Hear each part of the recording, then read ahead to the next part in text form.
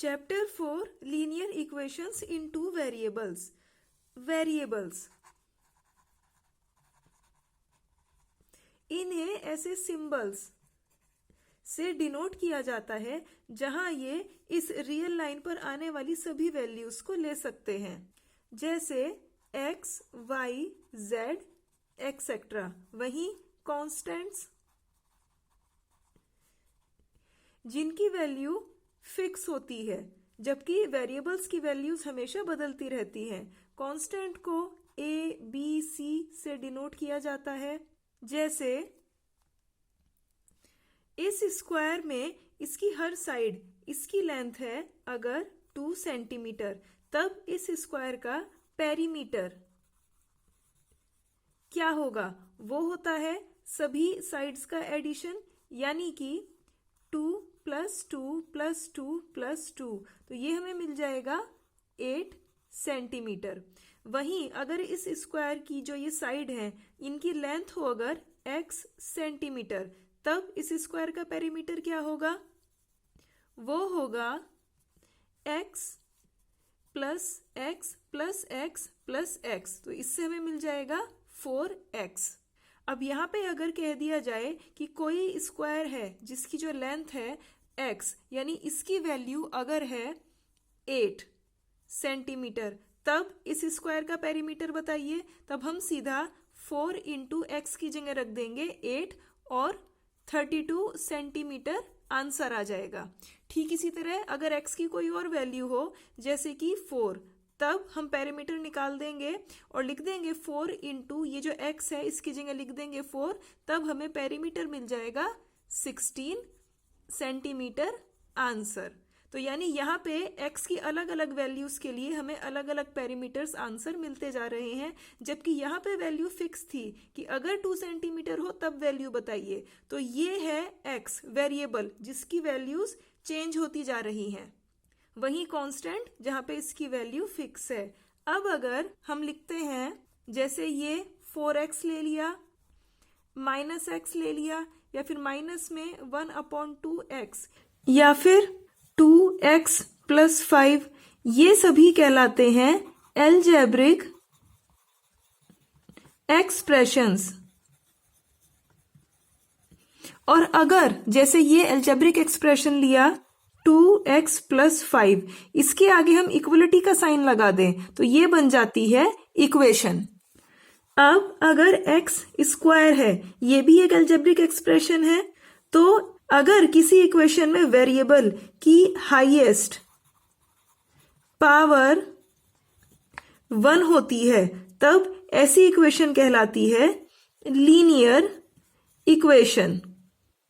यहां पे वेरिएबल है x, तो जहां पे किसी वेरिएबल के ऊपर कोई पावर नहीं लिखी होती वहां पे पावर होती है 1, और यहाँ पे केवल यही एक वेरिएबल x है।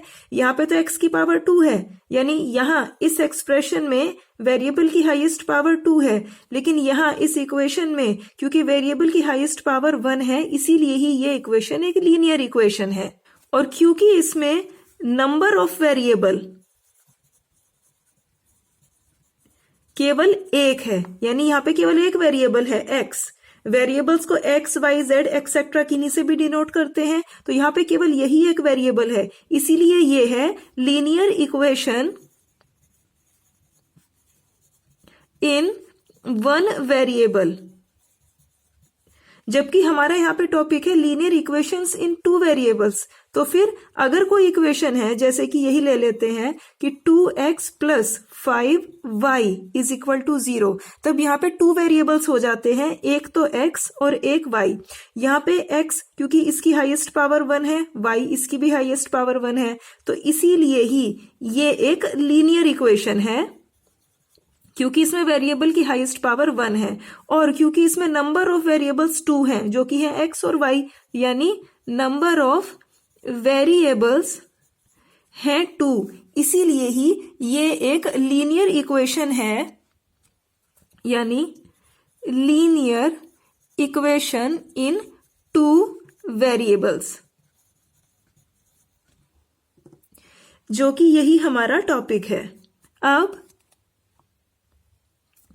लीनियर इक्वेशन इन 1 वेरिएबल, इसका सॉल्यूशन कैसे निकाला जाता है, इसके लिए हम इसको यहाँ लिखते हैं जैसे 2x + 5 = 0। इसको हमने लिखा 2x = ये प्लस का 5 = के राइट हैंड साइड में जाकर हो गया माइनस का 5।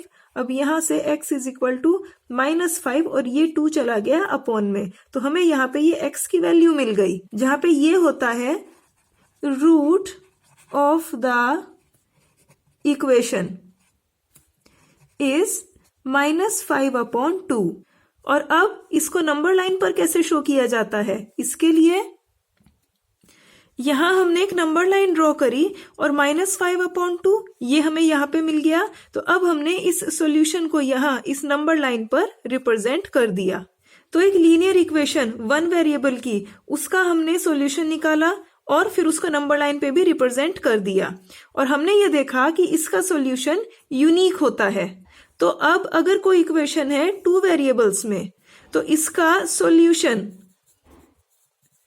कैसे निकालते हैं और क्या ये सॉल्यूशन यूनिक होता है, और इसको एक कार्टेशियन प्लेन में कैसे रिप्रेजेंट किया जाता है, यही हम इस लेसन में पढ़ेंगे। अब यहाँ पे कुछ पॉइंट्स ध्यान देने के हैं। जैसे अगर कोई इक्वेशन लेते हैं 2x + 5 = 0, तो इसमें ये होती है इस इक्वेशन की लेफ्ट हैंड साइड और ये होती है इक्वेशन की राइट हैंड साइड।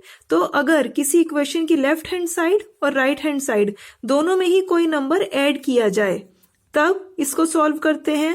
2x + 5 + 4 यानी 9 = यहाँ 4, तो यहाँ से मिल गया 2x = 4। ये प्लस का 9 = के राइट हैंड साइड में जाकर हो गया माइनस में 9। अब 2x = यहाँ आ गया -5, तो x = -5/2, जो कि सेम यही वाला सॉल्यूशन है। तो यानी अगर किसी इक्वेशन की दोनों साइड्स में किसी नंबर को ऐड कर दिया जाए, तो इससे इस इक्वेशन के सॉल्यूशन के ऊपर कोई फर्क नहीं पड़ता। ठीक इसी तरह अगर इस इक्वेशन 2x + 5 = 0, इसकी दोनों साइड में से कोई नंबर माइनस कर दिया जाए, तो ये मिल जाएगा 2x 5 - 4 यानी प्लस में 1 = -4। तो ये मिल गया 2x = -4, प्लस का 1 के राइट हैंड साइड में जाकर हो गया माइनस का 1, तो ये मिल गया 2x = -5। तो यहाँ से मिल गया x = -5/2, जहां ये भी सेम यही सॉल्यूशन है। तो यानी इक्वेशन की दोनों साइड में अगर किसी नंबर को माइनस कर दिया जाए, तो इससे भी इक्वेशन के सॉल्यूशन के ऊपर कोई फर्क नहीं पड़ता।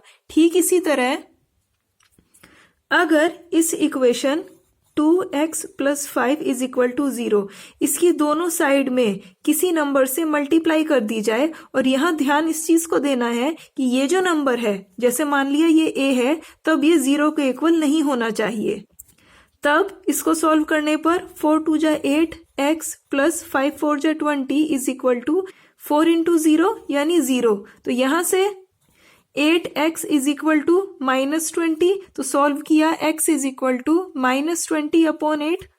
4 × 2 = 8, 4 × 5 = 20, तो इससे हमें मिल गया x = -5/2, और ये सेम यही सॉल्यूशन आ गया। यानी किसी इक्वेशन की दोनों साइड में किसी नॉन जीरो नंबर से अगर मल्टीप्लाई किया जाए, इससे भी इक्वेशन के सॉल्यूशन पे कोई फर्क नहीं पड़ता है। ठीक इसी तरह अगर ये इक्वेशन है 2x + 5 = 0, इसकी दोनों साइड में किसी नॉन जीरो नंबर से डिवाइड कर दिया जाए, तब क्रॉस मल्टीप्लीकेशन होएगी, 4 की इसमें मल्टीप्लाई हुई, यानी 2x + 5 × 4 = 4 × 0। तो यहाँ पे सेम हमें यही वाली कंडीशन मिल गई, तो इसको भी इसी तरह सॉल्व किया। 4 × 2 = 8x + 5 × 4 = 20 = 0। तो यहाँ से 8x = -20, और फिर x = -20/8, 4 × 2 = 8, 4 × 5 = 20। तो यहाँ से भी हमें मिल गया x = -5/2। तो यहाँ पे भी हमें यही वाले सेम सॉल्यूशन मिल जाते हैं। तो यानी किसी इक्वेशन को अगर नॉन जीरो किसी नंबर से डिवाइड किया जाए, तो इससे भी इस इक्वेशन के सॉल्यूशन पे कोई फर्क नहीं पड़ता है। अब हम एक सिचुएशन लेते हैं। In a one-day international cricket match between India and Sri Lanka played in Nagpur, यानी नागपुर में इंडिया और श्रीलंका इनके बीच एक one day international cricket match खेला गया, जिसमें 2 Indian batsman together scored 176 runs, जिसमें 2 इंडियन बैट्समैन ने मिलकर 176 रन्स बनाए। अब इस सिचुएशन में ये जो इंफॉर्मेशन गिवन है इसको हमें एक इक्वेशन में एक्सप्रेस करना है।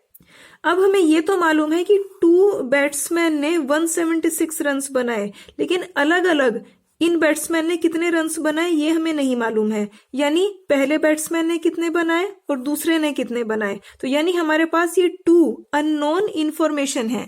तो इसलिए हम मान लेते हैं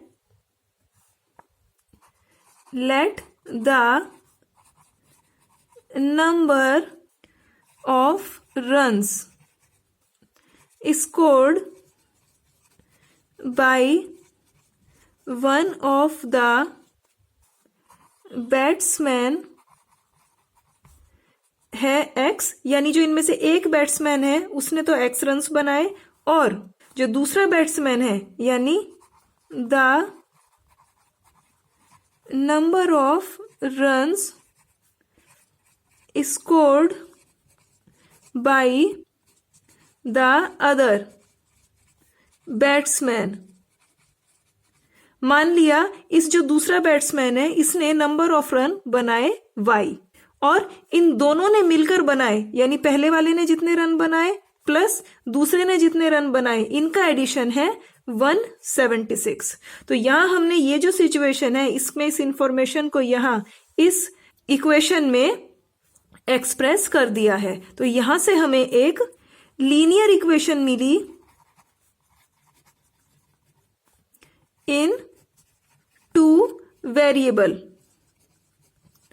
लीनियर इक्वेशन किस लिए? क्योंकि इसमें जो वेरिएबल हैं x है और y है, तो यहाँ पे x की हाईएस्ट पावर 1 है और y की हाईएस्ट पावर 1 है। तो क्योंकि इस इक्वेशन में जो वेरिएबल हैं इनकी हाईएस्ट पावर 1 है, इसीलिए ये है एक लीनियर इक्वेशन। और क्योंकि इसमें 2 वेरिएबल्स हैं, एक तो x और एक y, तो इसीलिए ये है एक लीनियर इक्वेशन इन 2 वेरिएबल्स। तो अब हम इन लीनियर इक्वेशंस के कुछ और एग्जाम्पल्स लेते हैं।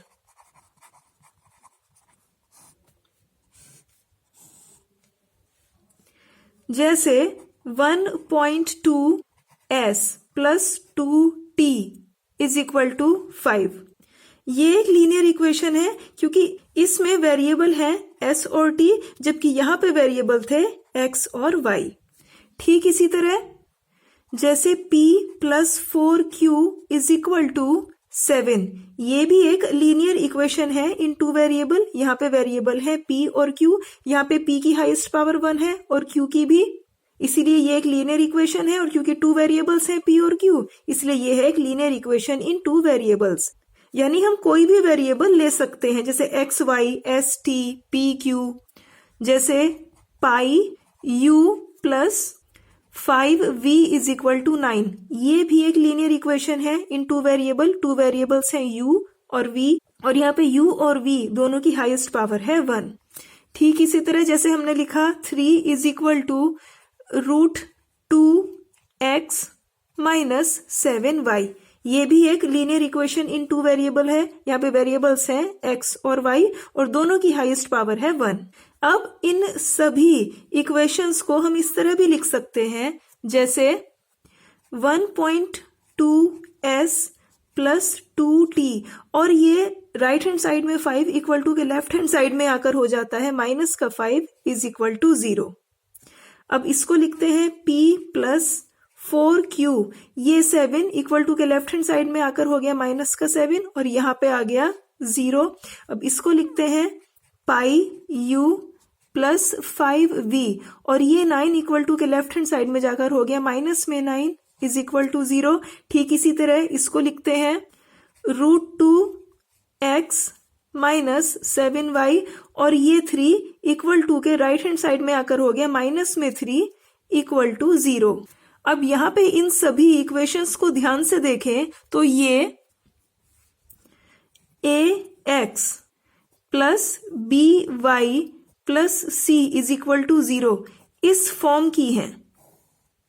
जैसे यहाँ पे x वेरिएबल है, a कांस्टेंट है, ठीक इसी तरह इसमें ये s वेरिएबल है, 1.2 कांस्टेंट है, plus B Y, y variable, t variable, b constant, तो यहाँ पे 2 कांस्टेंट, यहाँ पे प्लस c है कांस्टेंट, जहाँ पे c इसकी वैल्यू है माइनस में 5।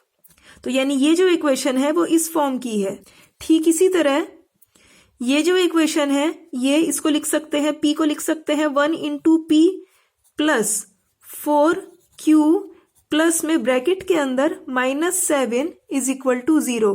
ये इक्वेशन भी सेम इसी फॉर्म की है। यहाँ पे ये 1 है a, p वेरिएबल यानी x variable, plus b constant यानी 4, q वेरिएबल यानी y, प्लस c कांस्टेंट यानी -7।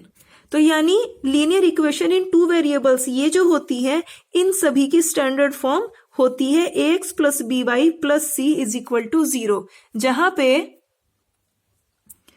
A B C